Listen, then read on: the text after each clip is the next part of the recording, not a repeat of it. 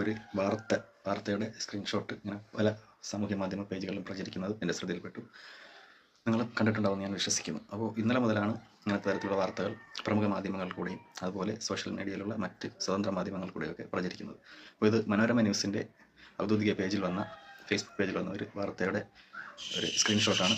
നിങ്ങൾ കണ്ടിട്ടുണ്ടാവും. ഇന്നലെ മുതലാണ് ഈ വാർത്ത വന്നു തുടങ്ങി. അപ്പോൾ ഇതിലൂടെ എന്ത് സന്ദേശമാണ് മനോരമ അല്ലെങ്കിൽ മനോരമ പോലെയുള്ള മറ്റ് പ്രമുഖ മാധ്യമങ്ങൾ നമ്മുടെ സമൂഹത്തിൽ പെൺകുട്ടികൾക്ക് കൊടുക്കുന്നത്? എന്ത് സന്ദേശമാണ് ഇതിലൂടെ നിങ്ങൾ ഉദ്ദേശിക്കുന്നത്?